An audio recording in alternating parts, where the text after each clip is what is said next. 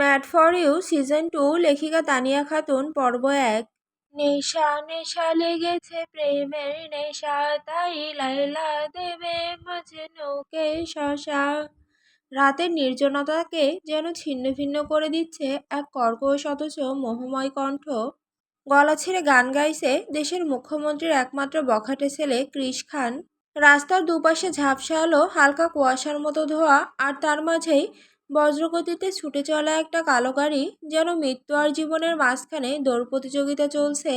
স্টিয়ারিংয়ে শক্ত করে হাত চেপে ধরে আছে কৃষ। উচ্চতা প্রায় 5 ফুট 8 ইঞ্চি, লম্বা চওড়া শরীর, পেশিতে ভরা বাহু, জিমে প্রতিদিন ঘাম ঝরানোর ফল তার প্রতিটি নড়াচড়া স্পষ্ট।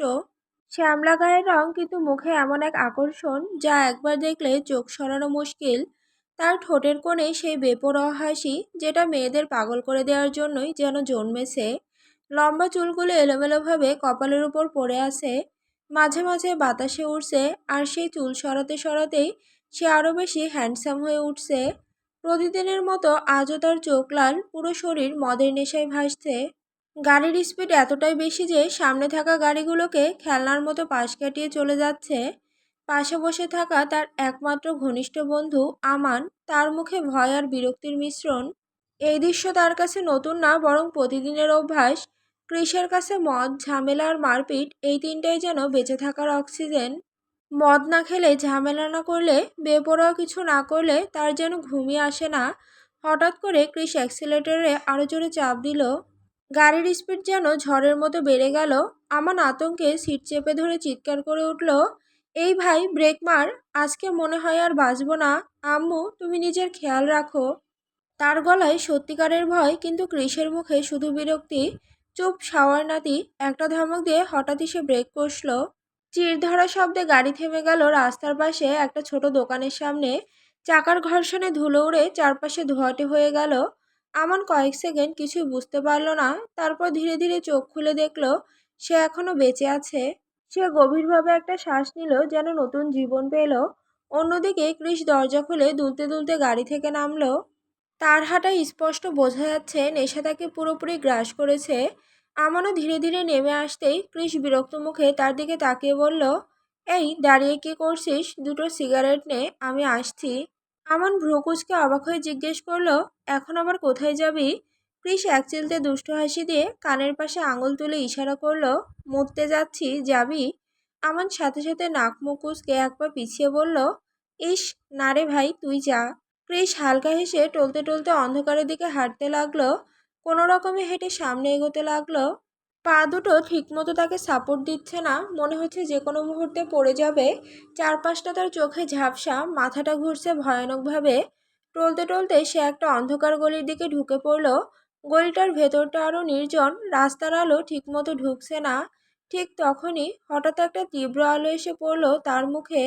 একটা স্কুটির হেডলাইট সরাসরি তার চোখে লাগলো। কৃষ বিরক্ত হয়ে মুখে হাত দিয়ে আলোটা আড়াল করার চেষ্টা করলো। নেশার ঘরে সে ঠিকমতো দাঁড়াতেই পারছিল না। পা তুলে এক পা এগোতেই হঠাৎ ভারসাম্য হারিয়ে সামনে হোঁচট খেলো। আর ঠিক সেই মুহূর্তে স্কুটিটাও সামনে এসে হঠাৎ জোরে ব্রেক কষল। চাকার কর্কশ শব্দে চারপাশ কেঁপে উঠল, কিন্তু ততক্ষণে দেরি হয়ে গেছে। ক্রিস সামনে ঝুঁকে পড়ায় আর তার কপাল গিয়ে জোরে ধাক্কা খেলো স্কুটির সামনের ধাতব অংশে। এক মুহূর্তের জন্য সবকিছু যেন থেমে গেল।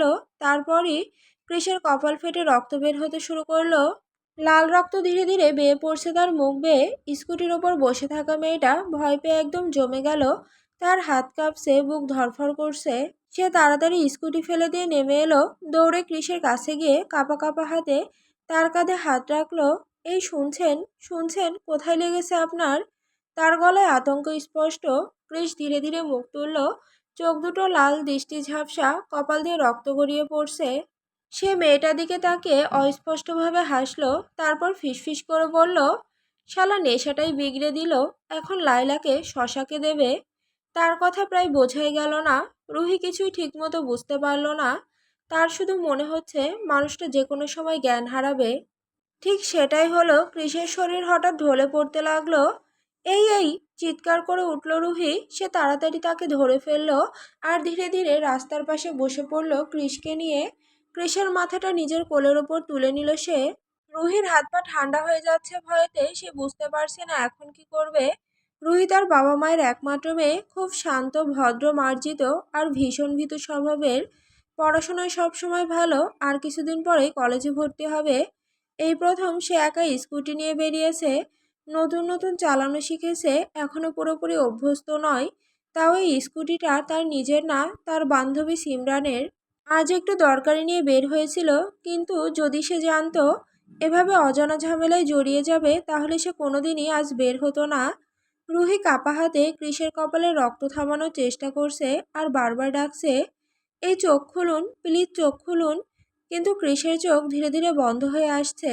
রুহি কোনো উপায় না পেয়ে তাড়াতাড়ি নিজের কাঁধে ঝোলানো ব্যাগটা খুলে ফেলল।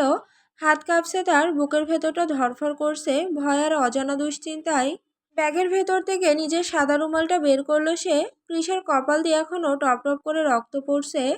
ইস, কি করব এখন, নিজের মনে বিড়বিড় করে উঠল রুহি। তারপর কাপা হাতে রুমালটা ভাঁজ করে কৃষের কপালের উপর চেপে ধরল। ধীরে ধীরে শক্ত করে বেঁধে দিল, যাতে রক্তপাতটা অন্তত কিছুটা থামে। কৃষ তখন প্রায় অচেতন, তার শ্বাস ধীর হয়ে আসতে, চোখ বন্ধ, মুখ ফ্যাকাশে। রুহির বুকটা কেঁপে উঠল। হঠাৎ সে নিজের ব্যাগ থেকে একটা ছোট ডায়েরি বের করলো। পাতা উল্টে দ্রুত কিছু একটা লিখতে লাগলো। হাত এতটাই কাঁপছে যে লেখাগুলো কাঁপা কাঁপা হয়ে যাচ্ছে। লেখা শেষ করে সে তাড়াতাড়ি পাতাটা ছিঁড়ে নিল। এক মুহূর্ত দ্বিধা করলো, তারপর সেই কাগজটা কৃষের শার্টের পকেটের ভেতর ঢুকিয়ে দিল। ধীরে ধীরে কৃষের মাথাটা নিজের কোল থেকে নামিয়ে মাটিতে আলতো করে রাখলো সে। তারপর উঠে দাঁড়িয়ে একটু পেছনে সরে গেল। তার চোখে অপরাধবোধ, ভয়। মৃদু কাঁপা গলায় বলল, ক্ষমা করবেন, আমাকে এখনই যেতে হবে। আমি বাড়িতে না বলে বেরিয়েছি, এখন না ফিরলে আম্মুর হাত থেকে বাঁচবো না। কথাগুলো বলেই থেমে একবার কৃষের দিকে তাকালো। তারপর হঠাৎ ঘুরে দৌড়ে বেরিয়ে গেল গলির বাইরে, বড় রাস্তায়। চারপাশে তাকিয়ে কাউকে খুঁজতে লাগলো। কেউ আছেন, প্লিজ হেল্প। ঠিক তখনই দূর থেকে দৌড়ে আসতে দেখা গেল একজনকে। সে এসে হাঁপাতে হাঁপাতে জিজ্ঞেস করলো, এই শোনো বোন, একটা কালো টি শার্ট পরা ছেলেকে দেখেছো? রুহির চোখে যেন হঠাৎ আশা জ্বলে উঠল। সে তাড়াতাড়ি মাথা নেড়ে বলল, হ্যাঁ হ্যাঁ, উনি ওখানে, অ্যাক্সিডেন্ট হয়েছে, প্লিজ চলুন। বলেই সে আবার দৌড় দিল গলির ভেতরে। পেছনে পেছনে আমানও দৌড়ে এলো। গলির ভেতরে ঢুকেই আমান ছুটে গেল, কৃষকে তুলে নিল। কৃষ, এই কৃষ, চোখ খোল। তার গলায় আতঙ্ক, চোখে ভয় স্পষ্ট। রুহি পাশে দাঁড়িয়ে সব দেখছে, গলা শুকিয়ে গেছে তার। ধীরে ধীরে বলল, আমি আমি যাই, আপনি প্লিজ ওনাকে হাসপাতালে নিয়ে যান। এক মুহূর্ত আর দাঁড়ালো না সে, দৌড়ে গিয়ে স্কুটিটা তুলে নিল। হাত কাঁপলেও কোনো রকমে স্টার্ট দিল। একবারও পেছনে তাকালো না, কিন্তু মনটা ভারী হয়ে আছে। অদ্ভুত একটা অপরাধবোধ বুকের ভেতর চেপে বসেছে।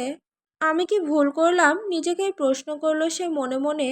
তবুও এখন তার কিছু করার নেই। রাত অনেক হয়ে গেছে, আর দেরি করলে সত্যিই বাড়িতে বিপদ হবে। স্কুটির গতি বাড়িয়ে সে অন্ধকার রাস্তার ভেতর মিলিয়ে গেল।